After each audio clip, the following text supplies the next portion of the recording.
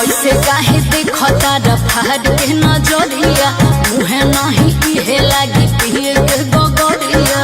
अरे पियादा करे जवा शीतल हो जाए। तू ही चौक बड़ा ऐसे काहे देखता रफाड़ के नजरिया मुहे नहीं इहे लागी पिए के गगरिया। सुना कि बाटे उमर कमर लचकनिया कि बाटे उमर कमर लचकनिया जब खींचेलू निहुर